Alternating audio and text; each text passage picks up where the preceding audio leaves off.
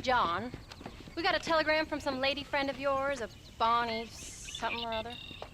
Something you ain't telling me? Bonnie MacFarlane. She's a friend. Mm. Saved my life when I went after Bill and nearly got myself killed again. Oh, and now you two's in the habit of sending each other letters. How very nice. It weren't nothing like that. What's it say? I don't know. I can't. Well, you know I can't read. Give it here. You read that thing out loud? I ain't hiding nothing. Dear Mr. Marston, stop. Need corn sacks. Stop. Emergency. Stop. Weevils and moths ate entire county supply. Stop. Can you help? Not exactly the most romantic request now, is it? I guess not. She saved your life, you say? Yes, ma'am. Well, then you're gonna have to help her and her family out. We've got a plentiful supply of corn sacks over near the silo. About the one thing Uncle didn't manage to have stolen while we was gone. Okay. Hurry back, John. And John, what's she like? You know. A little bit like you, I guess. She's a woman in a man's world.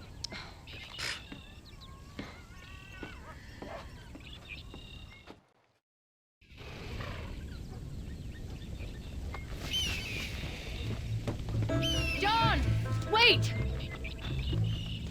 Maybe I should meet this MacFarlane woman. What are you waiting for? We better hurry.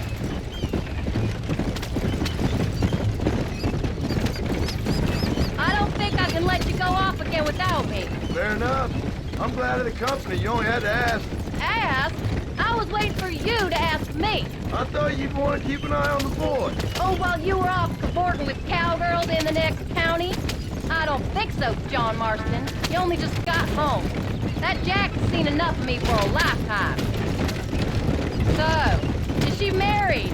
This Bonnie MacFarlane? No. What does she look like? I don't know. Pretty normal, I suppose. Normal? What? Normal like me? No. Normal as in 2 eyes, mouth, nose, that kind of normal. Besides, ain't no woman fine as you. A little flattery. Now we're finally getting somewhere. If you find yourself in a hole, the first thing to do is stop digging. Another pearl of wisdom from John Marston. I sure do miss those. I never took you for the jealous type, Abigail. I ain't jealous so much as curious. You heard what she wrote. It's just some corn. She saved my life, and she was decent enough to me, so I owe her this much at least. How did she save your life anyway? She found me half dead on the side of the road and took me to the doctor. Most folks would have left me there. Half dead from what? Bill didn't take so kindly to me visiting unannounced. Bill never did like surprises. How was he? Same as he was when we left. Angry and dumb. Taking his revenge out on the world. People down there was really scared of him. Bill? You gotta be kidding me. He was only frightening if he was afraid of dumb fools. Bill weren't so bad, but when Dutch went crazy, Bill took it hard. For a while, we all thought we'd found something right. A better way to live, but it was just a lie. So you saw before they did. Maybe. But they was still kind of a family. A family that left you for dead. You knew the truth, John, and they hated you for it. Where did they take you? Who? Those government bastards. Where did they hold you and Jack? I ain't sure. They kept their eyes covered there and back. Can't have been too far from here, though. They treat you right? It ain't the first time I've had a gun to my head, John. You're forgetting your marriage proposal. Very fun. So, they learned pretty quick what would happen if they laid a finger on me.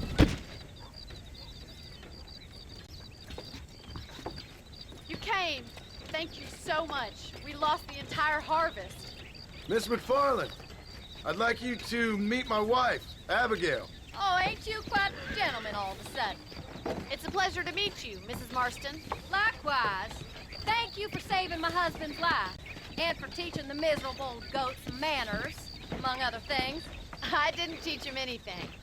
I know better than to try to change a man. You should meet my father. Oh, People can change, Miss MacFarlane. John and I have to believe that more than anybody. This is a decent first harvest for you, John. You should be proud. That's good land you got there.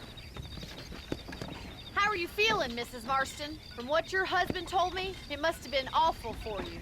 I've been through worse, and I knew he'd be back before too long. He can't cook a meal to save his life. Abigail, in my darkest hours, when I was most homesick, just the thought of one of your rat meat stews kept me pushing forward. Well, about as amusing as a weeping saddle sore, ain't he, Mr. Farland? You're gonna start yammering about women's work, John. I'd say you might be in the wrong company. I'd say so, too. I never felt so outnumbered.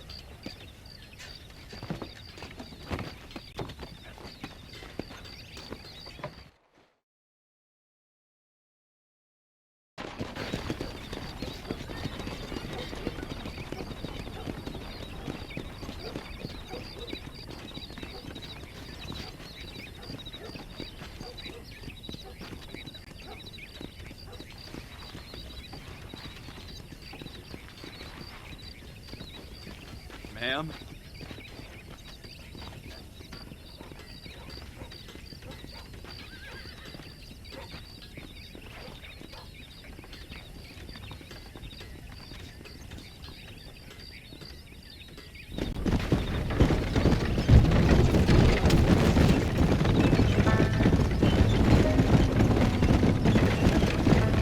So that was the famous Bonnie.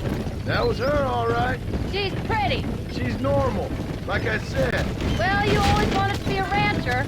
I'd have thought she'd be just your thing. The perfect rancher's wife, if I ever saw one. I already got a rancher's wife. I'm only teasing. I like her, and I'm glad she saved your life. Most of the time, anyways. The MacFarlanes are good people. She did blush redder than a shepherd's sunset when she saw you, though. I have that effect on women. You clearly had one too many blows to the head. You ain't wrong about that, Mrs. Marston. That's quite a ranch they got there. That'll be us someday, as soon as we get back on our feet. I don't know, John. How many times can we start again? An outlaw and a working girl. We ain't exactly farmers. We are now. Forget that life. It's over. Do you really believe that? We have to. It's the only way we'll ever have a future. The life we led, that doesn't go away. It's never over. You think those government men are just gonna leave us alone now? The old gang's dead. I did what they asked. And that's it? A life of crime forgiven? We're back together, ain't we? Until they decide you owe them something else. Sometimes I think I was the stupid one for believing I could get out. Maybe Dutch, Bill, and Javier were just being honest with themselves. You ain't perfect, John, and I sure ain't. But you're better than they are, than they were. Maybe we can't change, but we gotta try, for Jack's sake. Even if we have to start again 100 times. It's better than going back to what we were. How's Jack doing? Angry, upset. He's been through a lot. I hope he's gonna be all right. It's gonna take time. For a while, his world was safe. Normal, even. Then it got turned upside down again. He ain't saying much about it. I've tried to talk to him, but how do you explain any of it? What do you say when he asks about Uncle Bill and Uncle Dutch? They were family when he was a little boy. He hides away in those books of his. Wouldn't you? It ain't like the real world's done him many favors. He's just been kidnapped. He grew up with the gang. That's no life for a boy. We did our best to protect him. Come on, John. He saw things no boy should see. Well, now we got a chance to make it right.